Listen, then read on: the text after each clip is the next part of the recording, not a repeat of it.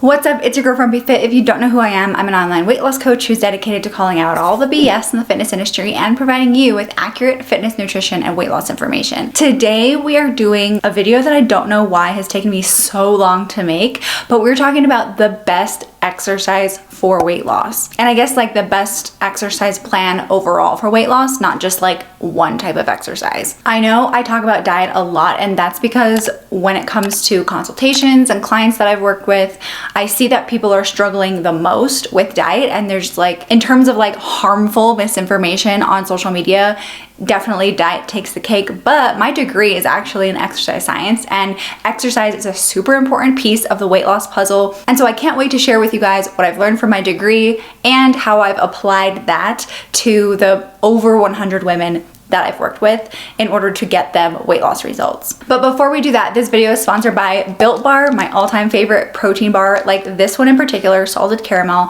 I don't care what it is, salted caramel, anything is always going to be my pick, so that's why this is one of my favorite flavors. But this one in particular has 130 calories and 17 grams of protein, and it's literally made with real chocolate. That amount of calories and that amount of protein is kind of unheard of when it comes to protein bars, especially ones that actually taste good. I've said over and over and over again that these really do taste like a candy bar to me more than a protein bar, which is why I love them, because who wouldn't love a candy bar with protein in it? I'll roll some clips here of what it looks like on the inside because the texture is literally one of my favorite parts. If you haven't already tried them, I know a lot of you guys have, but if you haven't yet, or you gotta restock, you can use this discount code and the link in the description to get 15% off your order. If you've been thinking about it for a while, I say just go for it. You're not gonna regret it. Thank you so much, Built, for sponsoring this video. Okay, so my philosophy when it comes to literally anything, but definitely exercises included in this philosophy, is that you should be aiming for the minimum effective dose.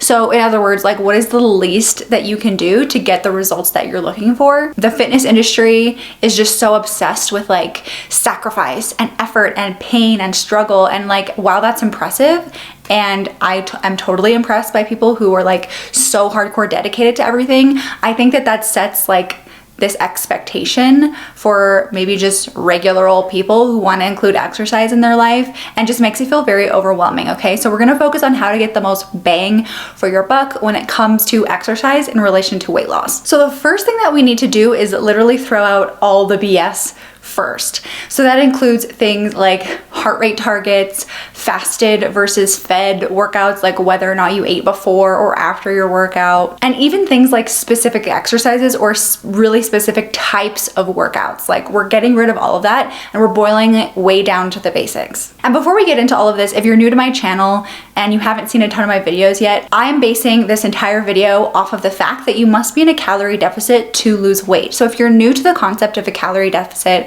or like calories in general, or you just want to make sure you fully understand what exactly I say when I say you need a calorie deficit to lose weight, I would definitely check out the playlist somewhere up here because I talk all about what is a calorie deficit, how you get in one, and like all the stuff that you need to know to make this video make the most sense. So first we're going to talk about like how you burn calories every day, because when I say like how many calories you burn each day, I think a lot of us immediately just go straight to like exercise, like how much am I exercising?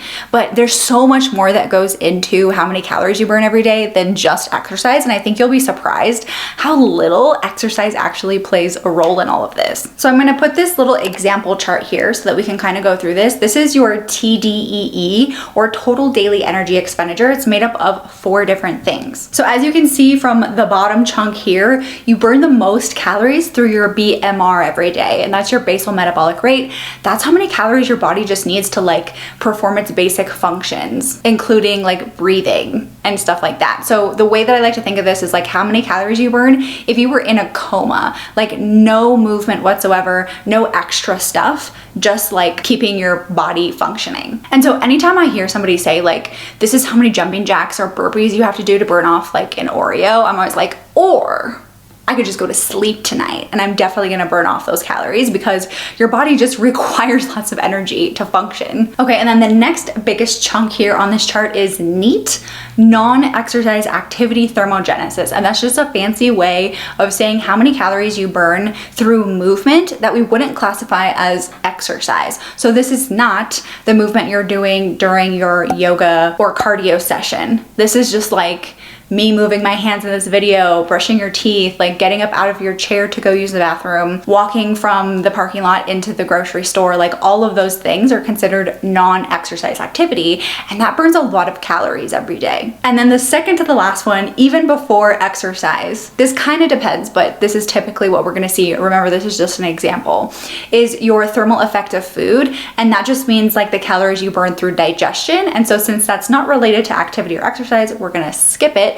But I do go into more depth in all of these things in my Metabolism Explained video. So if you want to learn more about thermal effect of food or just all of this in particular, I would go check that video out. But now we've reached the very last one, the smallest amount of calories we're burning every day, and that is exercise, like your workout.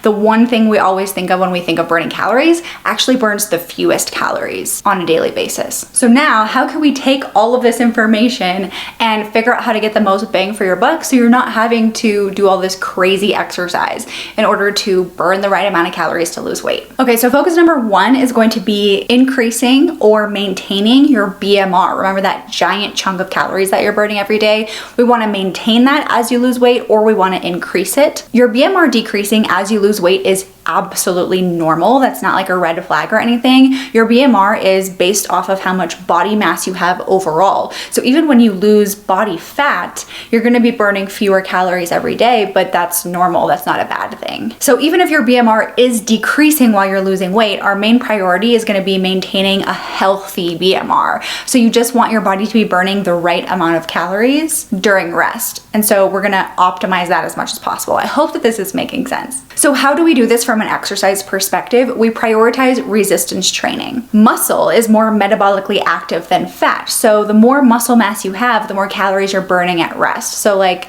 if we took 5 pounds of muscle versus 5 pounds of body fat, the 5 pounds of muscle is going to burn a little bit more calories just doing nothing, just to maintain it, than the 5 pounds of fat. And so this doesn't mean that you need to get as jacked as possible, although this totally explains why bodybuilders can just eat and eat and eat and eat, and they need to eat that much in order to maintain their physique. But it just means that you need to either maintain or gain as much muscle mass as makes sense for you or what you're looking for aesthetically, so like the physical look you're going for, but also just like a healthy amount, also given the factors of how much muscle mass is like realistic for you to build or maintain, which is going to be different for everybody. So I don't want you to like calculate your body fat percentage and like obsess with the amount of lean mass that you have. All you need to do is focus on the behaviors that are going to promote maintaining or gaining muscle mass, and that's enough. I don't want you to obsess about the numbers or even necessarily have a target number. Now I want to show you guys this really great informative post from the Anti-Diet Dietitian on Instagram, because I think even though it's talking about diet, I think it illustrates the importance of resistance training and gaining or maintaining lean muscle mass. Okay, I wanted to switch over to the computer so that you could see all of the small text that's here on the screen. I will link this post in the description. I will also link Anti-Diet Dietitian's Instagram page, but let's get into the post. So this post here is talking about crash dieting, and we're talking about exercise. So how are those things related, right? So let's just take a look at what all of this is saying. So when you do a crash diet or you diet a lot, you go super low in calories, you're going to lose body fat, but you're also going to lose muscle. And so what that does is decrease some of the lean mass that you had, which we want to avoid at all costs.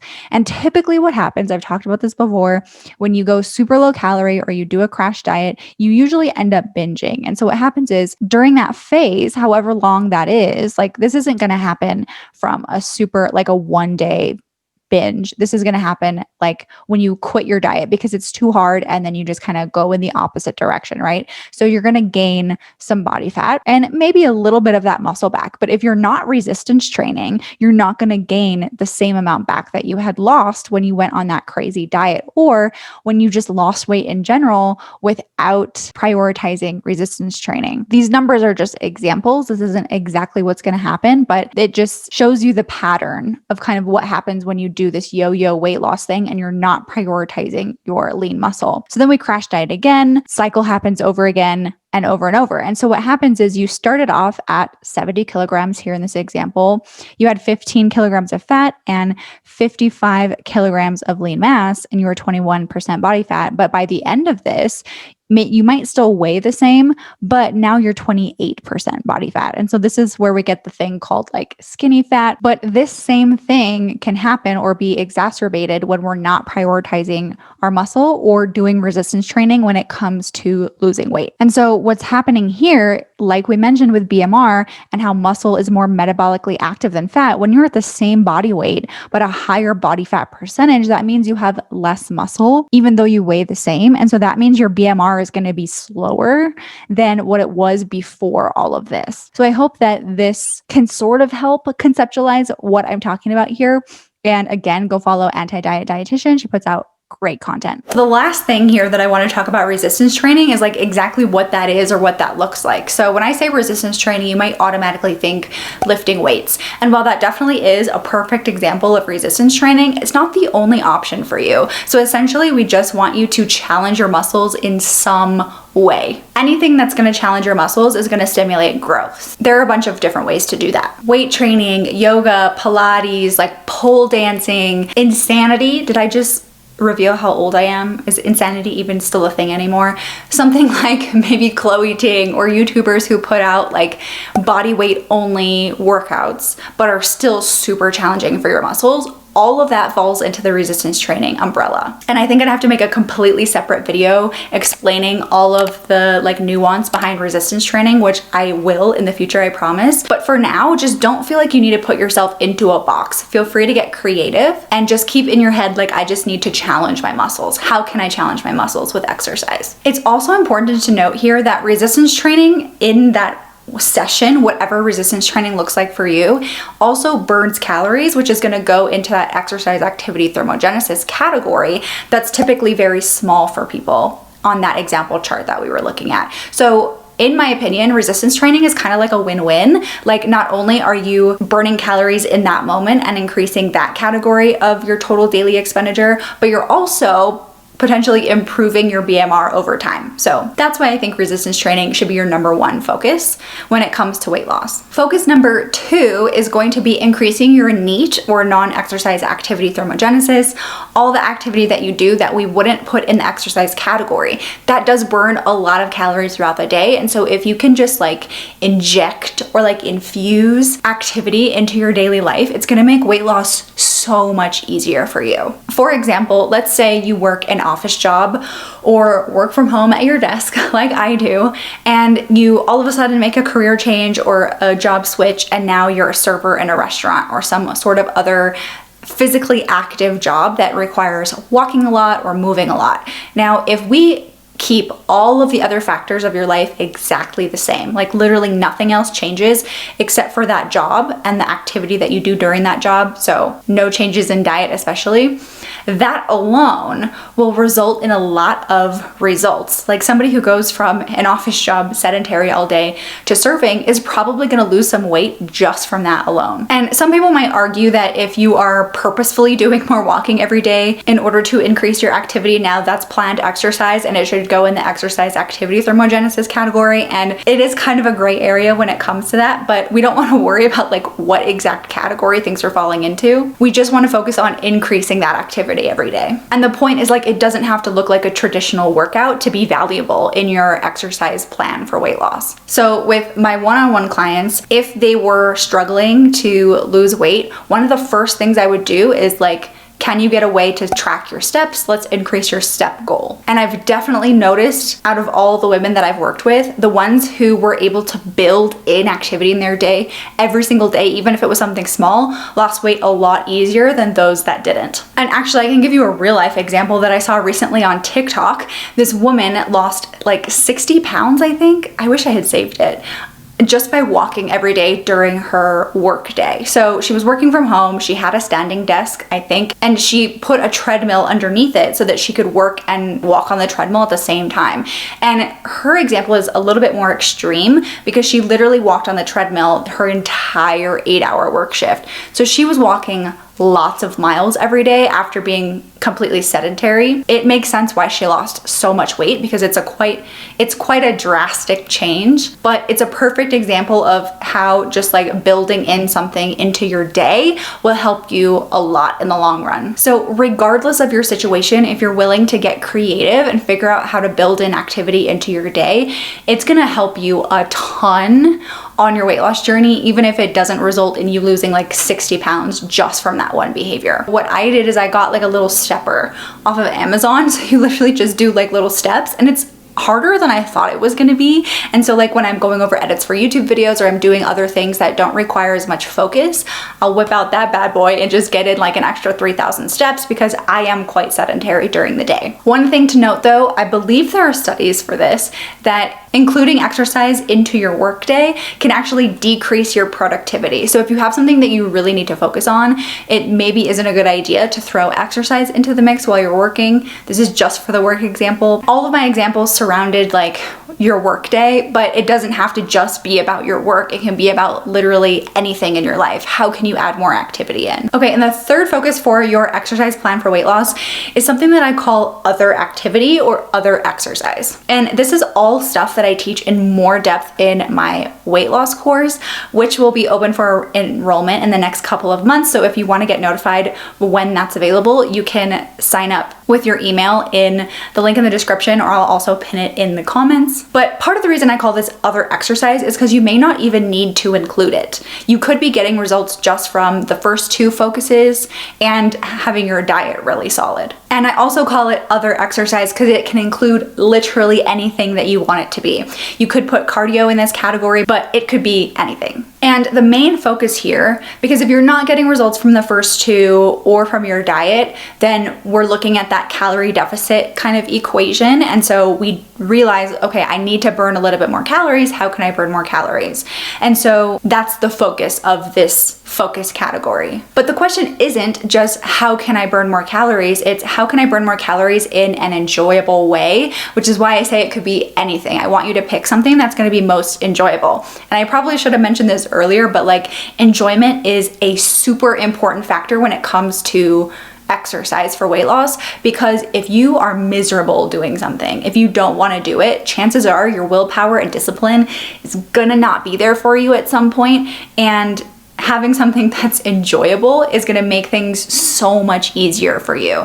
Like when it comes to the most optimal like type of exercise for weight loss, it's the one that you're actually gonna do, because maybe this one exercise over here burns more calories on paper, but if you don't actually do it because you hate it, then it's basically useless to you. So the goal is gonna be balancing like best way to burn calories and something that's enjoyable. Like I'm not saying that you have to be totally in love with the type of exercise you choose. I know there are some people out there who are going to be like, oh yeah, I found this exercise that I super love. I've seen it so many times with the students that are currently in my course. They're like, I tried out this new exercise.